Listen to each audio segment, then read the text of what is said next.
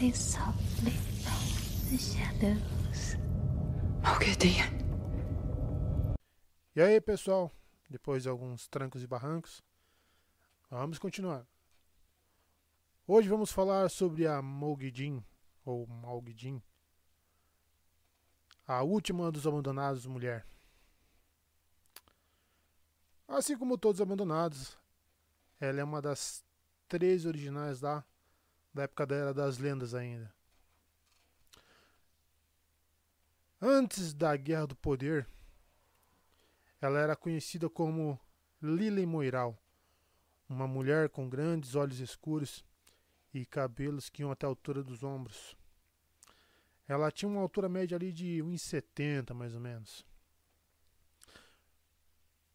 Para um Aes Sedai da época, ela era considerada jovem. Ela tinha ali na faixa dos 200 anos. E os Aes Sedai viviam mais ou menos na faixa dos 800 a 900 nessa época. Então, fazendo uma adaptação aí, seria como se ela tivesse os 20 aninhos na época. O nível de poder dela é o 4, ou mais 9. Em escala de poder bruta, ela é a mais fraca de todos os 13 abandonados. Só que, apesar dessa fraqueza, ela tem algumas outras habilidades ali que no fim das contas acabam colocando ela acima até mesmo que a Lanfear. Mas mais pra frente a gente vai abordar.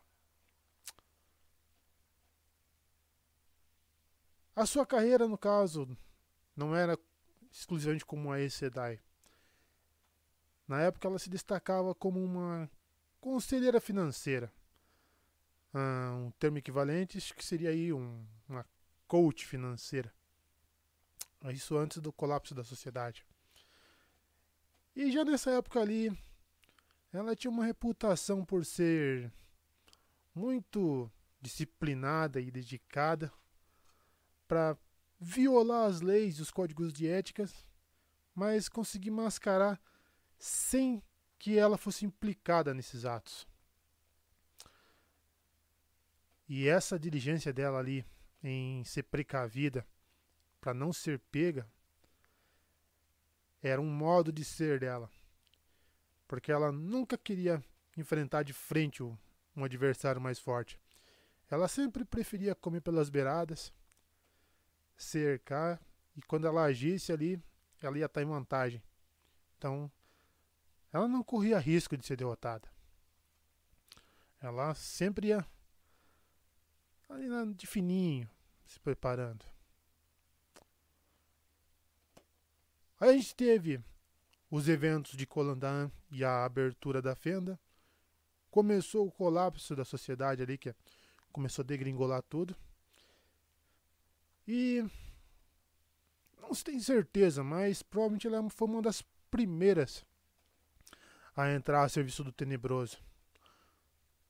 Só que ela não se declarou abertamente como os outros famosos que se declararam pro Tenebroso. Ela continuou ali na dela, trabalhando disfarçada.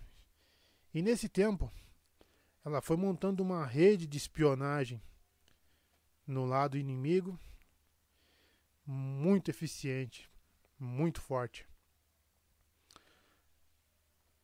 Ela adotou o nome de Moghedien, em referência a uma pequena aranha que existia naquela época, que tinha um veneno letal e que matava muito rápido. E basicamente era o que ela fazia.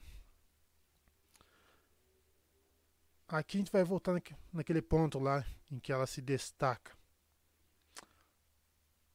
Tel Aeraniriod, que é o mundo dos sonhos, foi reclamado como domínio pela Lanfear, que em termos de canalização bruta é a mais poderosa dos abandonados. Só que no mundo dos sonhos, a capacidade de canalização não chega a contar tanto assim. E aqui está a questão do Moghedien. No mundo dos sonhos, ela é mais habilidosa que a Lanfear. Só que ela nunca reclamava esse título ali abertamente, porque ela sabia que, apesar dela ter mais capacidade no mundo dos sonhos, no mundo real ela não teria chance contra a Lanfear. Então, ela deixou a Lanfear ali se posar e foi comendo pelas beiradas. Aqui, entrando ali já no final, um pouco antes do começo da Guerra do Poder, à medida que a situação foi só piorando, através desse uso do mundo dos sonhos e da rede de espionagem dela, ela conseguiu minar muito as forças da luz. E quando começou a guerra em si, ela conseguiu fazer muitos atos de assassinatos, conseguiu desmanchar várias organizações ali que os comandantes das forças da luz tentavam fazer para enfrentar os abandonados. Então, ela conseguia, através de intriga, implantando desconfiança tal, minar por dentro as forças da luz. E isso porque, além da rede que ela tinha, ela mesma também atuava, ela não se declarou. E enquanto isso, ela chegou a capturar alguns dos guerreiros do lado da luz, levar até Shayol Ghul, e lá, através de uma técnica realizada direto pelo Tenebroso, conhecido como a armadilha mental, mesmo que a pessoa não quisesse, fosse do lado da luz e fosse contra o Tenebroso, uma vez sujeita à armadilha mental, ela não tinha opção, teria que obedecer de qualquer jeito.